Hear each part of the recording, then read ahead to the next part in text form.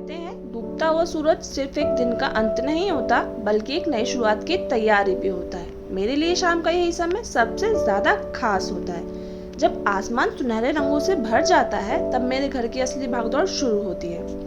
आज मंगलवार है, मेरे हस्बैंड का फास्ट है, इसलिए आज की शाम थोड़ी अलग, थोड़ी ज्यादा व्यस्त और बहुत सुकून भरी होने वाली है। तो आइए बिताते हैं मेरे साथ ये शाम, जहाँ छोटे छोटे कामों में छुपी होती है गृहिणी की पूरी दुनिया।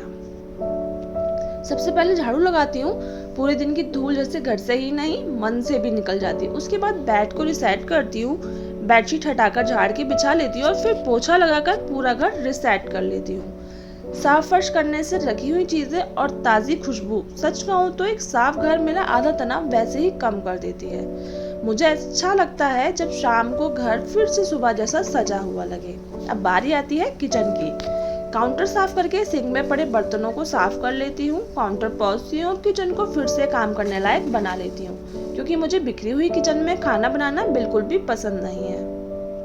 इतने ही हस्बैंड का कॉल आ जाता है कि मैं ऑफिस से निकल गया हूँ और मुझे सिर्फ 30 मिनट्स लगेंगे घर पहुँचने में। इसलिए मैं फटाफट से दलिया रोस्ट करती हूँ और वाटर बॉटल्स को साफ करके फिल करके फ्रिज में लगा लेती हूँ। गोल्डन ब्राउन होने तक अच्छे से रोस्ट कर लेती हूँ और दूध डालकर इसे पकने के लिए छोड़ देती हूँ। इसी बीच में समय बचाने के लिए गैस और किचन काउंटर को भी वाइप कर देती हूँ। मुझे खाना बनाते बनाते छोटी छोटी सफाई करते रहना पसंद है, क्योंकि बाद में काफी काम आसान हो जाता है। जैसे ही उसमें पहला उबाल आता है, मैं फटाफट बच्चों के लिए दूध भी तैयार कर लेती हूँ। इस समय दोनों अपना होमवर्क कर रहे होते हैं। सुबह तो ये दोनों बिना कुछ खाए पिए ही स्कूल चले जाते हैं, इसलिए मेरी कोशिश रहती है कि मैं शाम को इन्हें टाइम पर दूध दे दूं। बच्चों की छोटी छोटी बातें, उनकी हंसी दिन की सारी थकान हल्की कर देती है। माँ होने की सबसे प्यारी बात शायद यही है कि थकान के बीच भी मुस्कुराने की वजह मिल जाती है। आटा भी लगाकर रेस्ट के लिए छोड़ दिया था। धीरे धीरे हर चीज बनती जाती है। चाय बनने की तैयारी शुरू होती है। दलिया बन चुका है, इसमें मैंने इलायची पाउडर, चीनी डाल के छोड़ दिया है। आज ड्राई फ्रूट्स खत्म हो गए थे, तो बस इलायची पाउडर डाल के दलिया को अच्छे से पका लिया था। और इतने वो भी आ जाते हैं, फ्रेश होके अपनी पूजा करते हैं, जब तक मैं खाना तैयार करती हूँ। तो सबसे पहले खाना तैयार होने के बाद भगवान जी के भोग की तैयारी करती हूँ। भगवान जी को भी भोग उसी खाने का लगाते हैं जो हम घर में बनाते हैं उनके फास्ट के लिए। मैं फास्ट के लिए उनके पराठा, मीठा दलिया और चाय बनाती हूँ, क्योंकि इस फास्ट में नमक नहीं खाते, इसलिए मीठा दलिया बनाती हूँ। और फटाफट से मंदिर में देकर आई और फिर आके उनके लिए थाली लगाना शुरू कर दिया।